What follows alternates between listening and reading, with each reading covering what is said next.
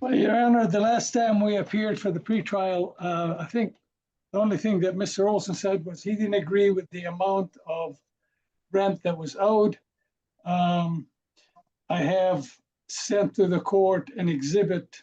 I emailed it a couple of days ago that references the amount that is owed. There is December, only 25 out of the 52 was paid, so there's 2,700 left for December. Then you got January 5,200, February 5,200, which is 13,100 plus 1,275 in late fees, brings the amount that's owed to 14,375. Late fees are how much? $25 a day, Judge. That's illegal. That's liquidated damages. That you can't charge $25 a day late fee. Late fees have to be reasonably calculated on a rental property. They have to be reasonably associated with what it would cost for the collection of one's rent. $25 a day is not it.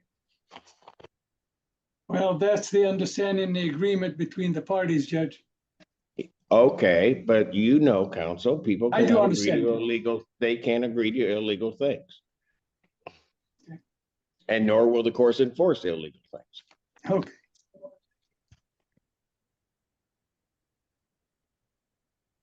Sir, have you seen this? The court session began with a case of Nicholas Schultz, Lake Reynolds versus Ken Olson II. The judge first asked both sides where things currently stood in the case. The landlord's attorney explained that during the previous pretrial hearing, the only issue raised by Mr. Olson was that he did not agree with the amount of rent the landlord claimed was owed. The attorney then informed the judge that an exhibit had been emailed to the court a few days earlier showing the detailed calculation of unpaid rent. According to that document, only a partial payment had been made for December, with just $25 out of $52 being paid. That left a remaining balance of $2,700 for December alone. In addition to that, the full rent for January and February had not been paid either. Each of those months carried a rent of $5,200. When those amounts were added together, the total unpaid rent reached $13,100. The landlord's attorney also added that late fees had been calculated and included in the total amount being claimed. However, this immediately became the next point of disagreement in the courtroom. Next voice. This exhibit. What is, I'm sorry, I didn't. No, it's okay.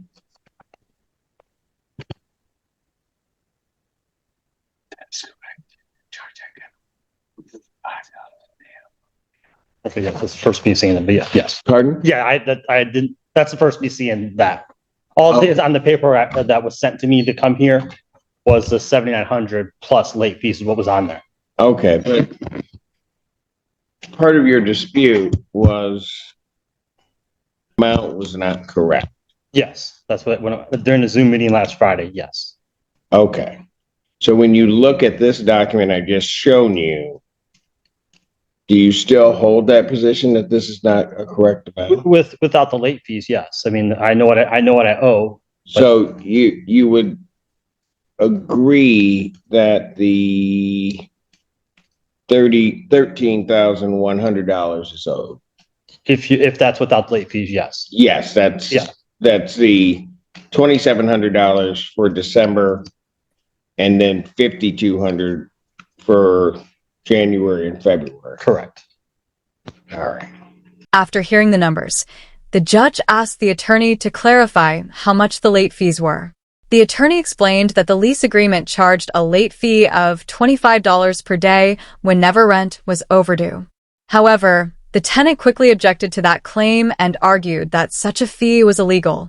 According to the tenant, a daily fee of $25 was excessive and could not legally be enforced as liquidated damages. The tenant explained that late fees in rental agreements must be reasonably calculated and connected to the actual cost of collecting unpaid rent. Charging a large daily penalty, he argued, went far beyond what would be considered reasonable in a typical rental situation. The landlord's attorney responded by saying that the late fee amount was clearly stated in the agreement that both parties had signed.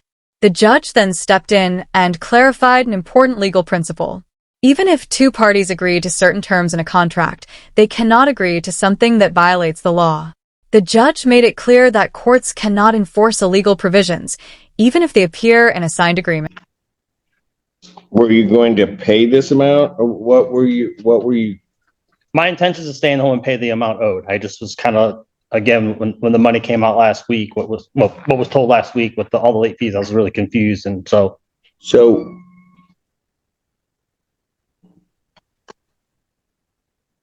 My intentions are to pay the money.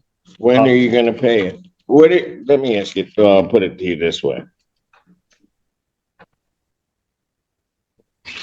If it's 13 without the late fees, 13,100. When is your plan to pay that? In the next few weeks.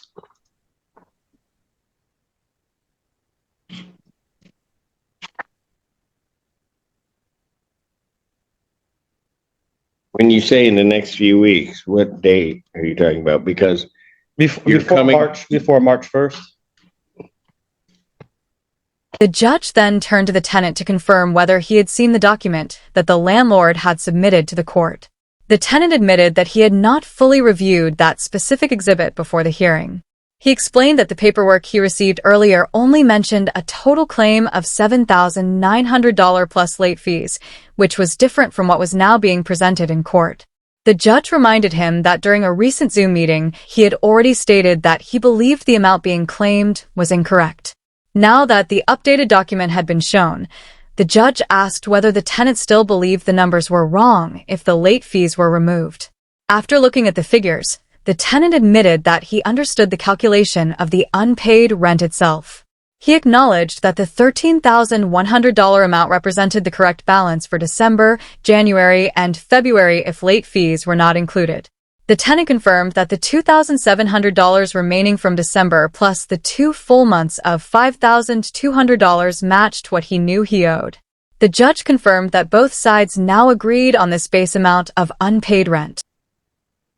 Well, you understand that it's the 20th today. I understand. It's been a rough start of the year. Money's owed to me, and I know. I hear. So you're telling me because you said the next couple weeks. Correct. In the next couple of weeks, I will be into March, but then you told me I pay it before March. I don't know what you're telling me. Two different things. I understand. I'm gonna need a few weeks, at least 2 weeks. I can But pay. then, if you have 2 weeks, there's going to be another 5,200. Correct.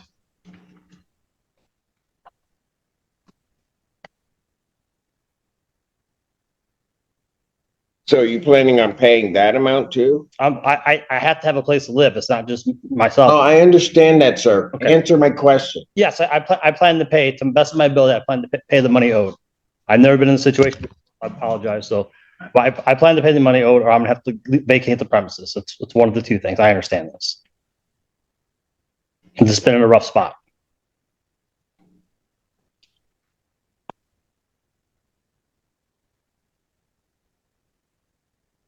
So I can do one or two things, counsel. Well, I don't think there's a dispute as to the 13,100. I'd grant you, I'm not enforcing the late fee provision because it's not a proper late on this account. So if it's 13,100 plus your cost,